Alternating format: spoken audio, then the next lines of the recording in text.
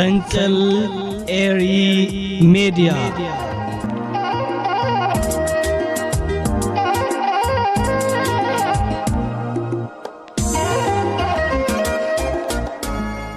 سلام تخاطلتي مربات فنقل إيري ميديا كما يتحدرو نلو محاموس 11 تحساس زبلكو بقدام ما يتحسست مربات قريبا لكو نمكتالكم بخبري عدم سناي مكتال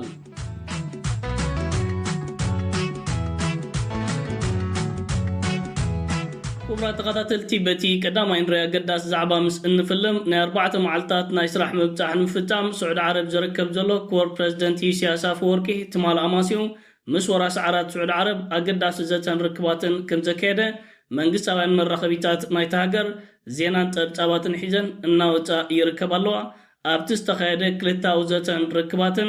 نتتاوي نقداوي واتهادراوي كالمعبالتات نكلتين هاجرات زقدسو نزواكرنا أفريكان ما يدكي بحرن زملكات عمق زبالزاته كم تتخيريو أبزا حبريتا تقليتون تتغيسون زركب زلو كور بريزيدنتي سياسة فوركي سعود عرب زلوا حيلن تقبلتنتن تدغيما أبزوا كرنا أفريكان ما يدكي بحرن نزفت أور شجرات أمر رجع بخيرا كم زتنحتن نابلو تفسرحان تران كتملس كم زلوا نورا سعرات كم زقلتلو ورا سعرات سعود عرب دحر كور بريزيدنتي سياسة فوركي نايسرع مقشو فتيمو ناب هاقور ممراسو لعروت لوقاتو بقطتا ناب كتم اسمرا كونع مخانوم نكور بريزيدنتي سياسة فوركي قالاتي اللي ركبالو ازي اتستخيد زنقر ركبات كخونن كلو ازي زايد نقر ركباتن سمماعتنون تمالي امونغ كلتي امرحتي تغتي منتخايدون يركبالو ازوم لعروت لوقات نايسعود عرب دعر مقشا كور بريزيدنتي سياسة فوركي بقطتا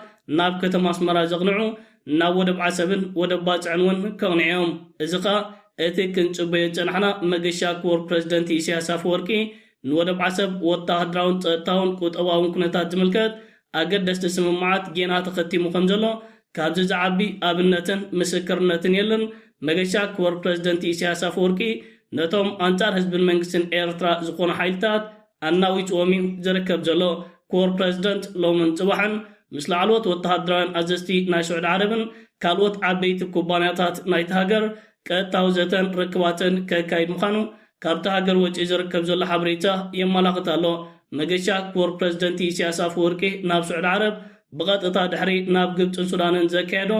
نايسرح مبتاع سيبيو زكيد زلو اب مونغو قبطي ايرترا سعود عرب كمون سودان واتهادراو كيدان كمسرت مقانون كال مرخبيتات ناي سعود عرب تابات حيزن يوتالوا 4 هاجرات بمقان ጸጥታ ውሕስነት ማያድከይ ህባሪ ንምርግጋትን ነታ ኣብ ሱዳን ተኸሲቱ ዝርከብ ዘሎ ሓደገኛ ኩነታት ኣብ ሓደ ማዕልቦ ንምብፅሑ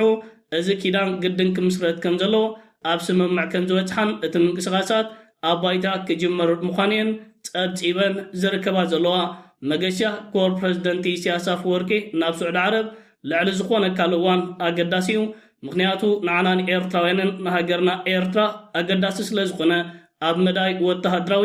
ነጸጥታ ውሕስነት ማያድክዕ ባህርን ዞባ ቀርኒ ኣፍሪካን ኣገዳሲ ስለ ዝኾነ ንቁጠባውን ንግዳውን መዳይ ተታሒዙ ንወደብ ዓሰብ ስዑድ ዓረብ ክተልመዓ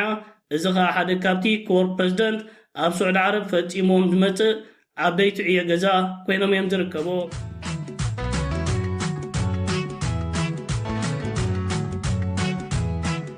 كبرى تغطلتي نابتي كلاي نوري أقداس زعبا مس النسجر أو ودبات عناي إيرترا عبيت مراكب كراقفات كنين اللوان ودبات عناي إيرترا لعل زخونة كالوان أب حيال نتفتات ليتن كترن تجميلي وزركب زلو أبز على فكل تمعلتات أو ودبات عناي إيرترا سلست عبيت مراكب تجاقي عنيران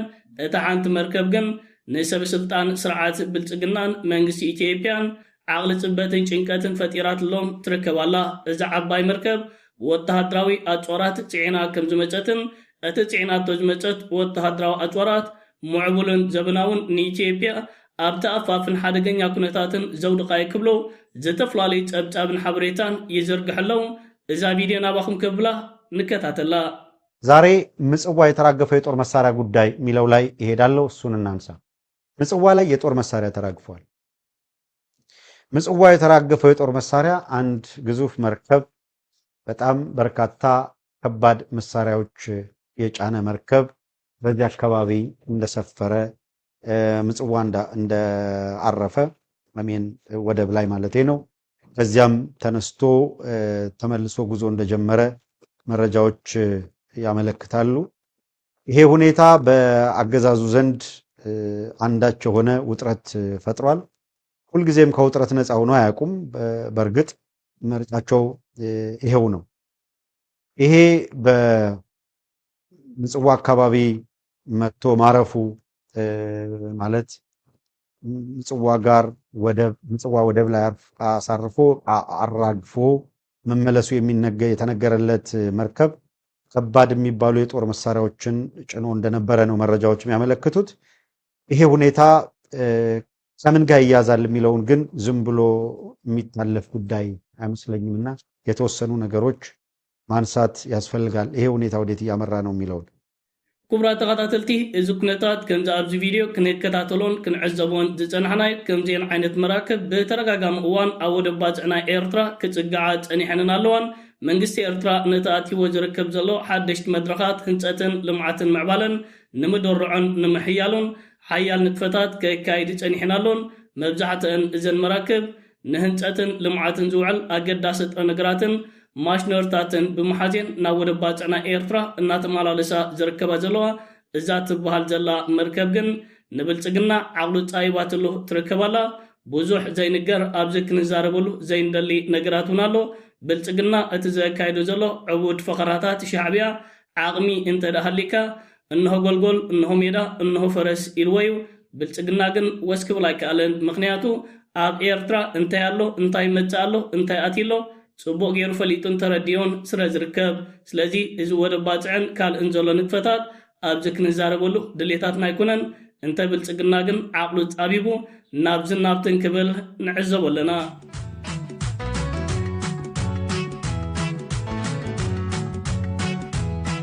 ክቡራት ተኸታተልቲ ናብ ሳልሳይ ንሪኣ ገዳስ ዛዕባ ምስ እንሰግር ኣብ መንጎ ግብፅን ኢትዮጵያን ተፈጢሩ ዝርከብ ዘሎ ምስሓብ ካብ ግዜ ናብ ግዜ ሓደገኛ መልክዕ ሒዙ ይቕፅል ኣሎ። ሚኒስትሪ ጉዳያት ወፃኢ ግብፂ ኣብ ዝተፈላለዩ እዋናት ናብ መራኸቢታት ምቕራብ ምስ ኢትዮጵያ ዝኾነ ይኹን ርክባትን ዘረባትን ከም ዘይካየድ ኣብ ዕፁ ማዕፆ ከም ዝበፅሐን ግብፂ ውሕስነት ማያታ ንምሕላው ኣብ ልዕሊ ኢትዮጵያ ብቻርተራትን መትከላትን ውድብ ሕቡራት ሃገራት ተገዚኣ ኣድላይ ዝበለቶ ስጉምታት ክትወስድ ምዃና ከጠንቅቕ ፀኒሕና ኣሎን። ሚኒስትሪ ጉዳያት ወፃኢ ግብፂ ባድሪ ዓብደልዓጢ ትማሊ ምስ ፀሓፊ ሚኒስትሪ ጉዳያት ወፃኢ ኣሜሪካ ማርኮ ሩቢዮ ናይ ቴሌፎን ርክባትን ዘረባትን ብምክያድ ኢትዮጵያ ቤናዊ ስጉምታት ምውሳድ ንግድብ ህዳሴ ናይቲ ሃገር ተካይዶ ዘላ ንጥፈታት ኣብ ትሕቲ ዝኾነ ይኹን ኩነታት ዘይቅቡልን ዘይሕጋውን ብምባል ግብፂ ውሕስነት ማያታ ንምሕላው ኣብ ልዕሊ ኢትዮጵያ ኣድላይ ዝበሃል ስጉምታት ክትወስድ ምዃና ንፀሓፊ ሚኒስትሪ ጉዳያት ወፃኢ ኣሜሪካ ማርኮ ሩቢዮ ብኸምዚ ዓይነት መንገዲ ሓቢርዎ ይርከብ ኣሎ። እዚ ከዓ ግብፂ እቲ ዘካይዱ ዘሎ ኣብ ልዕሊ ኢትዮጵያ ስጉምቲ ናይ ምውሳድ ዝተፈላለየ ምንቅስቃሳት ኣብ ናይ መወዳእታ ደረጃ በፂሕ ይርከብ ከም ዘሎ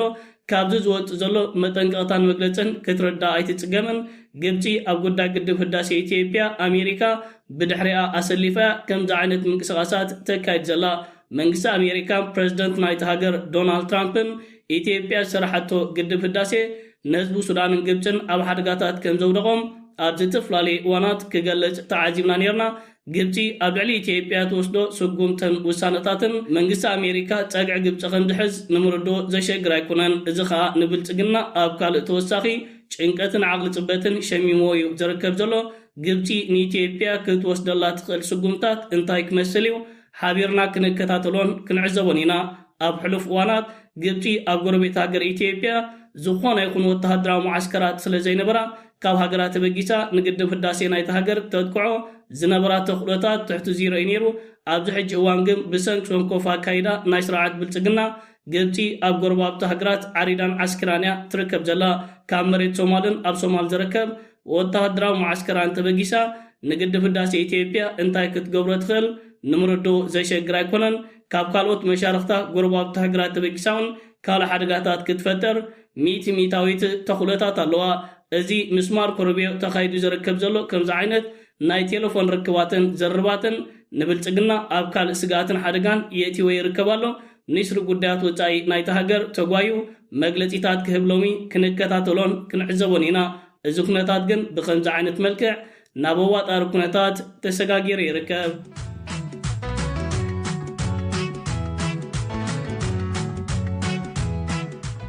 كبرى تغطاتلتي نابتراب عيناي موداتا نريو أقداس زعبا مس نسجر عبيدون تتسليلون زركب سرعات بلتقنا دوباتون لألاونوتون كوحسن كالرقاقتن زيكالة بحرن أفدق بحرن كبل أبلع لهز بالمنجسن إيرترا كينات كايدي النابلة يفكر الله أبزالله اوان ساعتن عتقاد دوب سودان دوب إيتيبيا تحيسن بمتاو أوش غامبيلا حيال زخونة واتهدراو سلفي كايدو ترأيهم يركبلو ازقا نبوزحات إيتيبياوان أشاغلنا قطعون يركبالو منجستي يلن ديكساب مبال زوزح إيتيبياوان نكتاتلن نعزبنا لنا ازم عتقات نايدوب سودان أشحات كيلومترات ناوش دوب إيتيبيا تحيسن بمتاوهم كمز عينت وتهدراو سلفن منقسقاساتن زكايد زلو زعبدن زتتسللن سرعات بلصقنا دوباتون لالاونوتون كوحز زيكاله ناب حنتي حيال هاجر منقسقاسات كايد بموبال زغبرو زلو عبود منقسقاس كالا حدغاتات فتيرلو يركبالو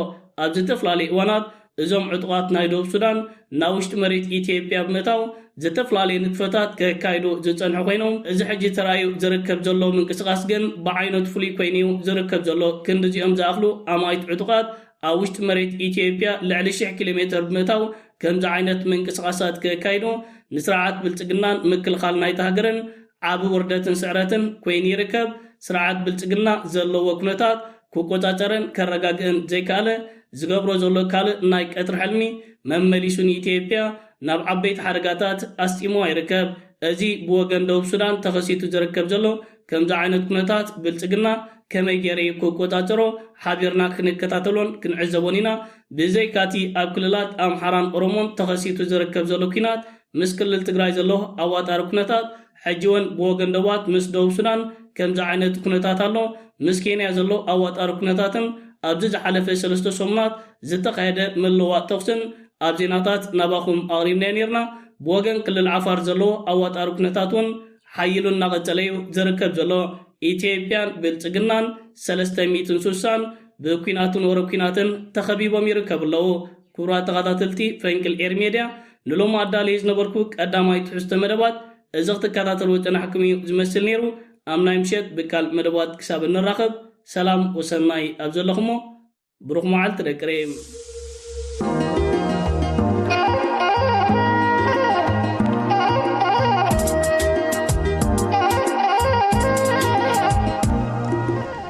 ፈንቅል ኤሪ ሚድያ